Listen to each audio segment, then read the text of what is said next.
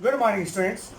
This is the second part of the ninth and last video of the chapter Electoral Politics. In the first part, we discussed up to the nepotism in ticket distribution, that how nepotism is going to create problem, how it is a challenge to the Election Commission of India.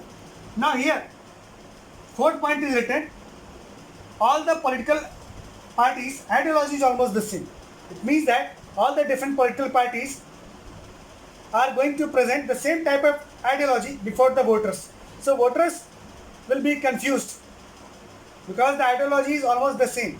So it is very difficult for the voter to choose the best suitable political party or the best suitable candidate as their representative. So it is another challenge that is before the voters.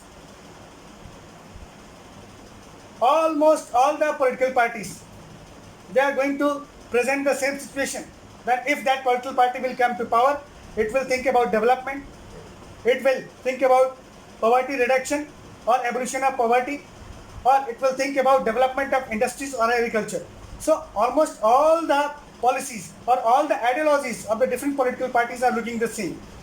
So it will be very difficult, very confusing for the political voters to choose the best one. Now, fifth one and the last one. It is written, small parties or independent candidates are going to suffer a lot. It is true that if we are going to compare the large party to the small party, then a small party and particularly the independent candidates are going to suffer more. In most of the elections, big political parties are going to give more fund, they are going to invest more in election, and that is how the independent candidates and the small political parties are going to suffer. They are not getting the proper chance, they are not getting the proper opportunity to win the election. So basically, political parties are going to impose problems or going to impose difficulties for the small political parties and particularly for the independent candidates. An independent candidate is not going to get represented by any political party, he is going to contest in the election independently.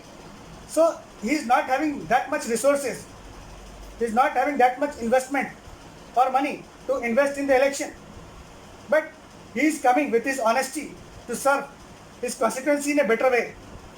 But when he comes to contest the election, in front of him many big political leaders and rich candidates are coming. So it is very difficult for that particular independent candidate to win the election.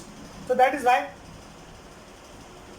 again, fair chances will not be given to the small political parties and independent candidates. So this is another challenge before the Election Commission of India to ensure free and fair election in India. So you'll have to understand, this is the problem that Election Commission of India is facing, and it is taking it as a challenge and it is working for its improvement in this direction. So we discussed in this last video about the challenges to free and fair election, and Election Commission is doing its best to solve all the challenges after accepting it. And in the upcoming time, many reforms will take place which is going to remove all these difficulties or all these problems. Thank you so much.